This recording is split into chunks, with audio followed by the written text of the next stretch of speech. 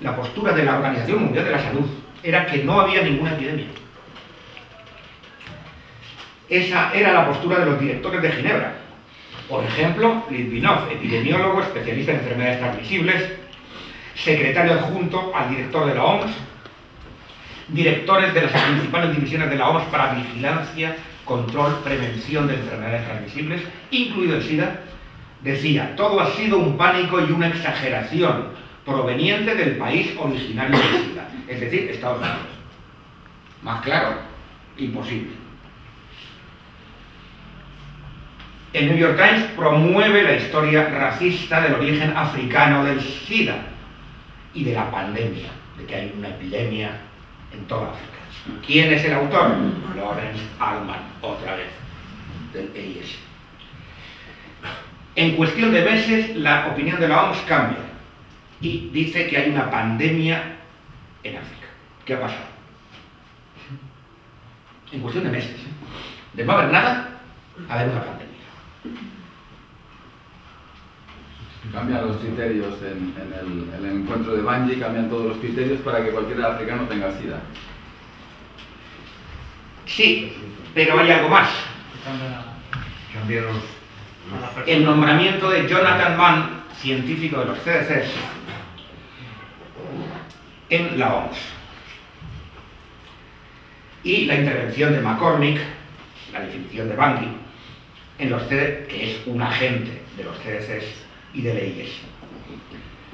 En octubre del 85, en Bangui, la República Centroafricana, McCormick organiza una reunión donde se obliga prácticamente a los delegados africanos a que acepten una nueva definición de SIDA sin test,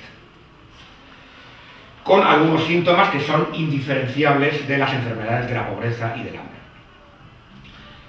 Esto es publicado por la OMS, la Organización Mundial de la Salud, en su boletín epidemiológico número 10 del 7 de marzo de 1986, en la página 71.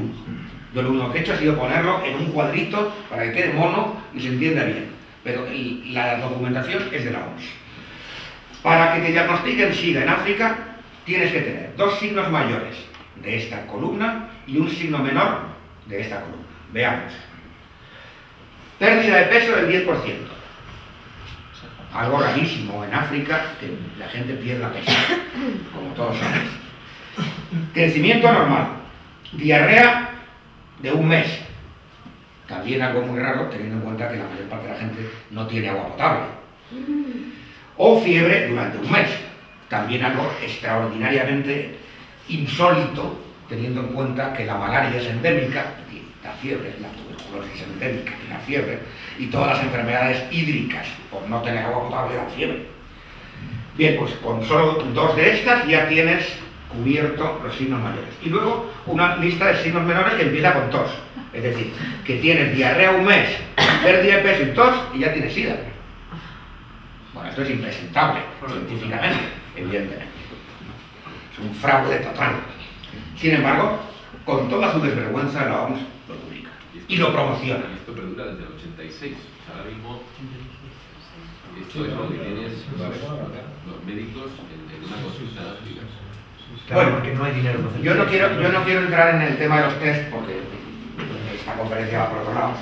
Pero además, los test en los africanos dan positivo siempre, porque los criterios de interpretación de los test son distintos. Y además porque hay muchos factores, de los más de 70 factores que te pueden dar positivo en un test, que los africanos las tienen. Consecuencia. Las enfermedades de la pobreza son redefinidas como SIDA. A partir de ahora, ya no, los africanos ya no tienen malaria, tienen SIDA.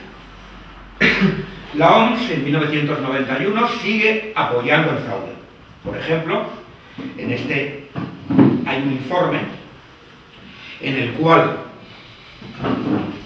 se lee al principio, en la introducción, la siguiente frase: el contenido de este informe confidencial no debe ser divulgado entre las personas distintas a las que específicamente se les haya dirigido originalmente, y no debe ser distribuido ni reproducido, ni por ningún motivo podrá ser mencionado en referencia bibliográfica alguna ni ser citado. Hostias, esto es un documento de la Organización Mundial de la Salud o de las SS. Bueno, naturalmente inmediatamente lo tradujimos, lo citamos y lo publicamos, como es lógico. Con esa presentación no se podía hacer otra cosa. El tema del informe es que es el criterio de huérfano. ¿Veis aquí, por ejemplo? En solo 10 años habrá en África 25 millones de niños huérfanos. Campaña mundial para tocar el corazoncito de los ingenuos occidentales. Bien, pero el concepto de huérfano es un niño que ha perdido a uno o a ambos padres. Vale, pero perdido no significa muerto, sino simplemente ausente. Y reconoce que en el estudio, para justificar eso, no se hizo ninguna distinción en cuanto a la causa de la orfandad, que en algunas áreas incluyó los efectos de las guerras. ¿Qué me estás contando? Ahí se incluyeron, por ejemplo, los huérfanos de 20 años de terror en Uganda, desde el 66 hasta el 86, durante los cuales murieron al menos 1 millón de personas. ¿Veis las formas de manipular? Las consecuencias, ya que hablamos de Uganda, 1992. Joan Shenton, una amiga directora de una productora de vídeos de Inglaterra, hizo un excelente trabajo sobre el terreno en Uganda en ese año, con Celia Farber, la que hizo el artículo de la CTT. Y la síntesis es esta: reducción de ayudas para enfermedades epidémicas. Por definición, la gente ya no tiene malaria o tuberculosis, por lo tanto, ya no se les dan los medicamentos de la malaria o la tuberculosis. Por lo tanto, más muertos por enfermedades ligadas a la pobreza. Y aumento de las ayudas para el SIDA, más de 6 millones, en contraste con los 57.000 dólares para la prevención de la malaria, que no es nada. Todo el dinero se va a la prevención del SIDA. Más de 700 ONGs haciendo el gilipollas, participando en campañas de prevención del SIDA en Uganda. ¿Y a qué va ese dinero? Bueno, a pagar a las ONGs, claro, para que aterroricen a la población, para que no follen y repartan condones. El resultado, evidentemente, es reducir la natalidad. Si sumas eso, es reducir la población. Se mueren más por las enfermedades de la pobreza, que no se les trata, y siguen teniendo, naturalmente, porque cada vez son más pobres. Y por otro lado, se reduce la natalidad, así que está claro. 1 más 1, 2. Los EIS, Servicio de Inteligencia y Epidemias, y los CDC, de hecho, han participado descaradamente en programas de despoblación. Por ejemplo, financian organizaciones de activistas del SIDA, pero también asociaciones despobladoras. La Federación Internacional de Planificación Familiar, el Consejo Nacional de la Raza, el Centro para las Opciones de Población. Estos que tienen asterisco son también los que financian los congresos oficiales de SIDA.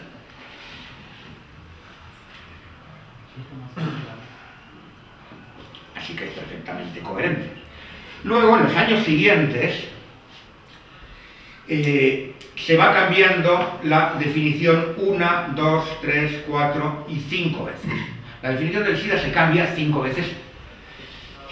En primer lugar, aquí en el 84, todos los casos no están testados porque no hay test. Así que no hay test. Simplemente han decidido que ese haitiano, o ese drogadicto, o ese otro que tenía la neumonía por Pneumocystis carini, o otro que era negro, pues tenía SIDA.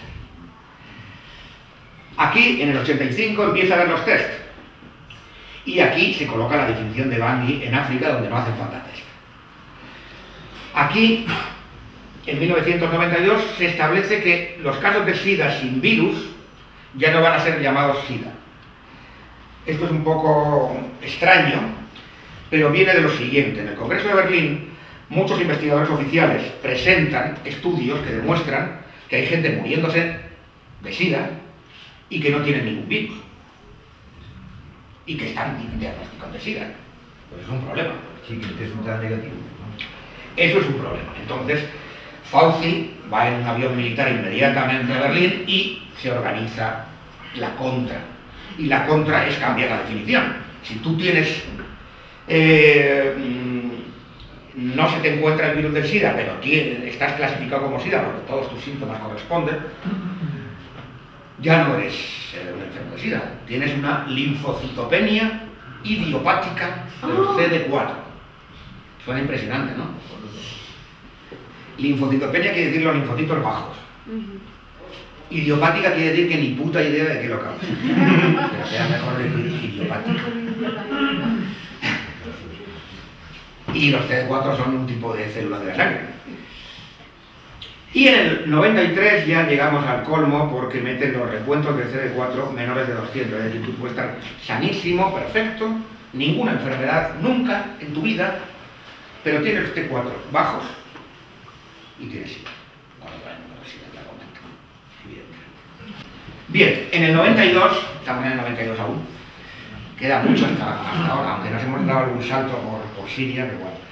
En el 92 se crea el grupo de científicos que escribieron una carta a todas las revistas científicas pidiendo una reevaluación. Una carta muy moderada que ninguna revista científica publicó. Nosotros la publicamos, naturalmente, aunque no somos una revista científica. En el 93 hicimos el primer congreso, el primer encuentro internacional de medicina complementaria, donde invitamos a varios de estos científicos. Por ejemplo, invitamos a Peter Duesberg, aquí está en Barcelona, invitamos a Alfred Hassin y Harvey Millen. Os puedo asegurar que teníamos la lista completa de los medios de comunicación de todo el país, incluyendo el último periódico de tu tierra, de Galicia. Vinieron 2 televisiones. Los reporteros estaban entusiasmados. Nadie publicó nada. Os introduzco quién eran estos señores que trajimos y que vinieron, bueno, vinieron con otras palabras naturalmente, pero vinieron. Peter Duesberg, catedrático de Biología y Celular y Molecular de la Universidad de Berkeley, California. En el 68 demostró que el virus de la influencia tiene un genoma segmentado, aisló el primer gen del cáncer en 1970. Es el primero que aísla los genes del cáncer. Hizo el mapa de la estructura genética de un retrovirus, fue el primero que lo hizo.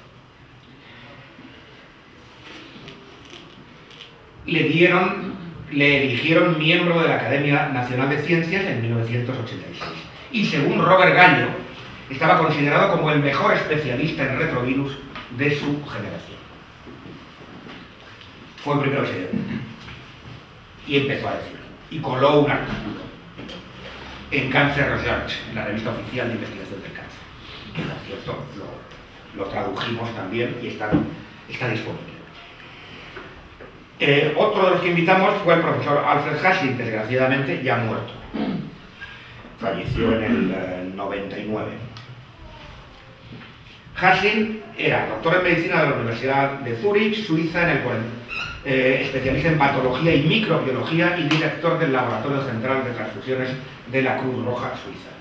Era profesor emérito de inmunología de la Facultad de Medicina de la Universidad de Berna y director de un grupo de estudios de nutrición e inmunidad.